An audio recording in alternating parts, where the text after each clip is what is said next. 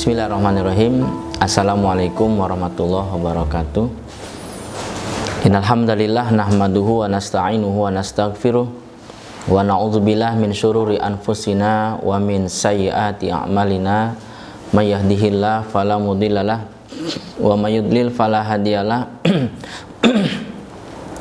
Asyhadu an la ilaha illallah wa asyhadu anna Muhammadar Rasulullah sallallahu alaihi wasallam wa ala alihi wa ashabi amma ba'du. Saudaraku sekalian yang semoga selalu dirahmati oleh Allah, dalam kita menjalani kehidupan sehari-hari tentu ada kalanya mendapat nikmat, ada kalanya mendapat cobaan, ada kalanya mendapat musibah. Dan di kesempatan yang baik ini saya akan bercerita sedikit tentang musibah. Maksudnya adalah contoh dari musibah. Di video yang sebelumnya telah saya beritahu bahwa ketika orang iman tertimpa musibah agar mengucapkan kalimat istirja, innalillahi wa inna ilaihi raji'un, Allahumma ajurni fi musibati wa akhlif li khairan minha. Agar kenapa? Agar dari musibah tersebut Allah berikan pahala kesabaran, kemudian Allah akan ganti dengan sesuatu yang lebih baik daripada musibah yang kita alami. Dan salah satu contoh musibah itu dulu pernah terjadi pada Rasulullah SAW ketika Nabi sedang sholat. Nabi sedang sholat, tiba-tiba ada seekor kalajengking menyengat beliau.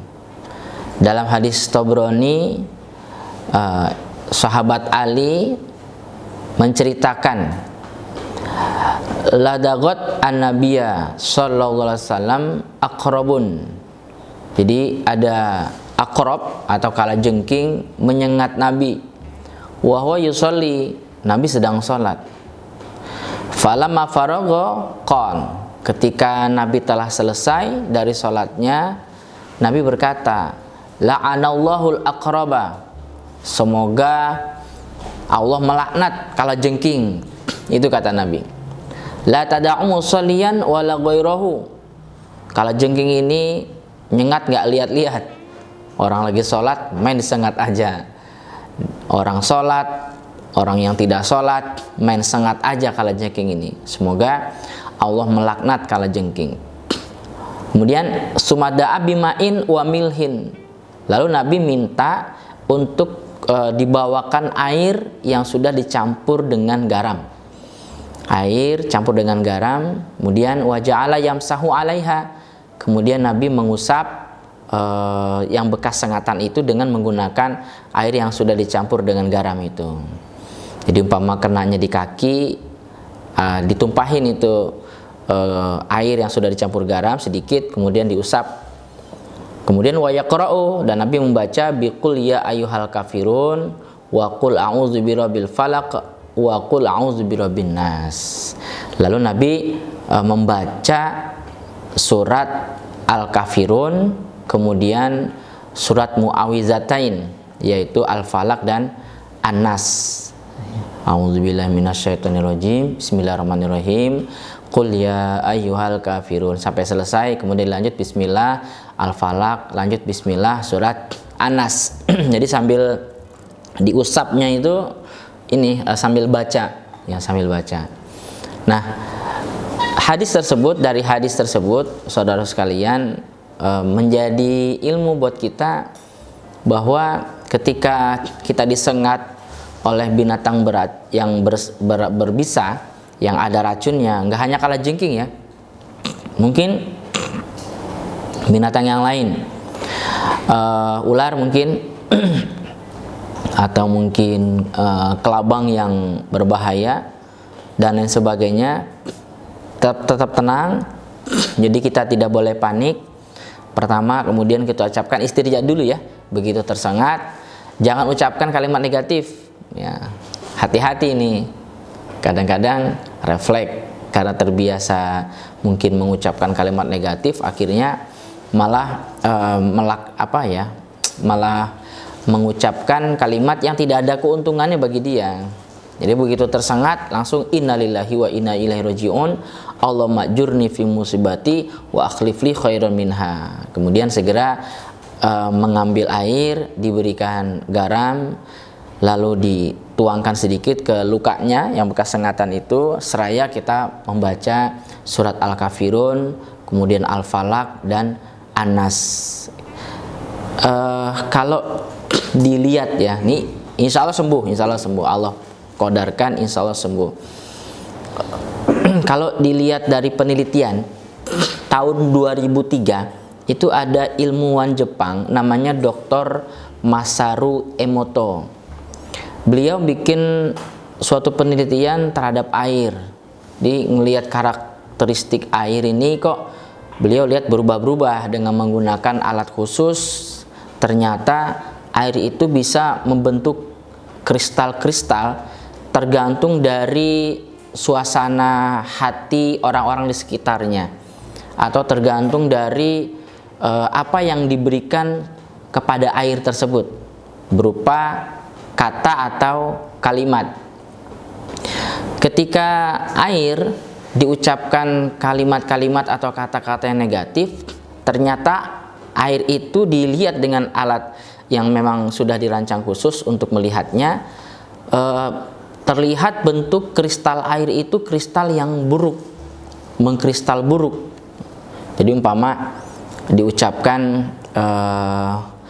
jelek kamu, atau awas kamu, pokoknya kalimat-kalimat yang negatif, langsung air itu mengkristal buruk. Dan ketika air diucapkan kalimat-kalimat atau kata-kata yang positif, langsung mengkristal baik, seperti kamu bagus, kamu baik, sayang, dan lain sebagainya, yang hal-hal yang positif dia langsung mengkristal baik. Apalagi kalau air itu di sekitar kita ada air, kemudian kita berdoa. Doa itu kan sangatlah positif ya, sangat positif. Itu bentuk kristalnya malah sangat bagus sekali, mengkristalnya. Makanya Nabi juga mengajarkan setiap kita akan minum, setiap kita akan makan, kita baca bismillah. Agar apa? Air yang akan kita minum itu mengkristal baik. Oke, kita gabungkan sekarang dari penelitian itu dengan apa yang dikerjakan oleh Rasulullah SAW.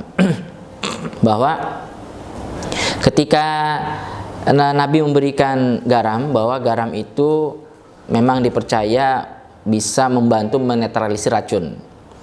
Kemudian sambil membaca ayat, ternyata bisa merubah air yang tadinya mungkin air itu biasa. Setelah dibacakan ayat, air itu membentuk kristal-kristal yang baik, sehingga bercampur ke dalam tubuh kita, bergabung dengan darah.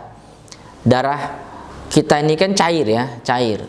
Jadi ketika kita membaca ayat-ayat Al-Quran, darah kita pun mengkristal baik. Kemudian air yang kita oleskan di luka tersebut pun mengkristal baik.